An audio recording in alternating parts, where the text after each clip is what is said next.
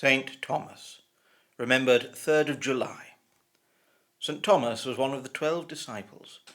We don't know where he came from or what he did before he started following Jesus. His name is Syriac in origin and means the twin, and the term used in the Gospels, Didymus, is the Greek translation of this. He speaks 3 times in the Gospels, all in John's Gospel. First, when Jesus wants to return to Lazarus' home near Jerusalem after he had heard that his friend had died. The disciples do not want to go because they are afraid that they will be attacked for Jesus' teaching. Thomas speaks up and says, "Let us also go, that we may die with him," referring to Jesus' likely death. The second time that Thomas speaks is when Jesus tells his followers that he goes to prepare a place for them, to his Father, and that they may join him as they know the way.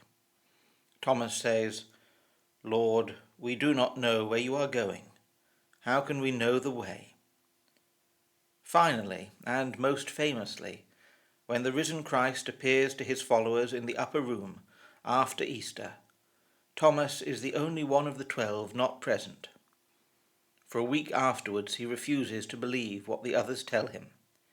He had seen Jesus die and laid the body in a tomb.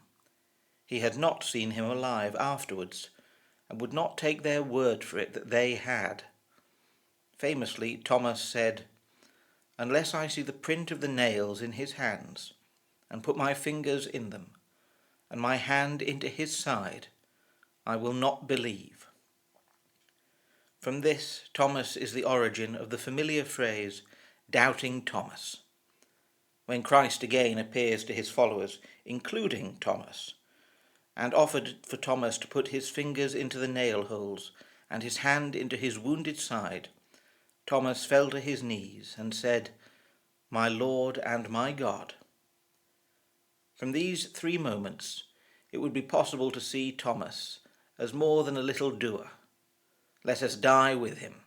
No, we don't know the way. I won't believe this nonsense. But they can also be seen as very real and sincere moments of faith. Thomas thinks, like the rest, that Jesus' journey to Lazarus' tomb is dangerous, but says that Jesus has made his decision. All that is left for them to decide is if they will follow him. Thomas thinks it better to follow Jesus even to death, rather than go another way. Thomas is honest when he does not understand. In his open honesty, he brings the reply from Jesus, "I am the way, the truth, and the life. No one comes to the Father except through me," which is the definition of the Christian faith. Thomas's words are those of someone still traumatized by the sight of his dearest friend's murdered body. He does not believe easily. However, when he sees Jesus and can believe, he is sincere and wholehearted. We do not know what happened to Thomas after Pentecost. Some have him travelling to and dying in Edessa. However, one of the traditions with the most evidence has him instead travelling through Syria and Persia to India, there to spread the good news of Jesus and to found a Christian community, possibly even travelling into China.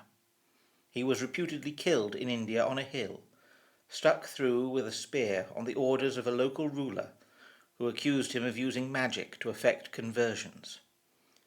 Certainly there has been a Christian community in India dating back into ancient times.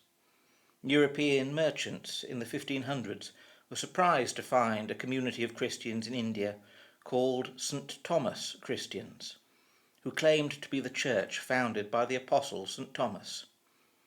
Certainly this is an ancient tradition, and they used a liturgy that contained and preserved Syriac language from Mesopotamia and Persia. With the Silk Road connecting the Mediterranean to China and India, and with this ancient tradition, it is possible that doubting Thomas travelled to India and even to China to spread the Christian faith. Whether doer or hopeful, whether he travelled to new continents or stayed in Jerusalem, St. Thomas shows an honesty that speaks of plain sincerity and a deep faith that many have tried to emulate. Honest in demanding a need for proof, or where he does not understand. Resolute and complete in faith when touched by the grace of God. The Church remembers St. Thomas on the 3rd of July.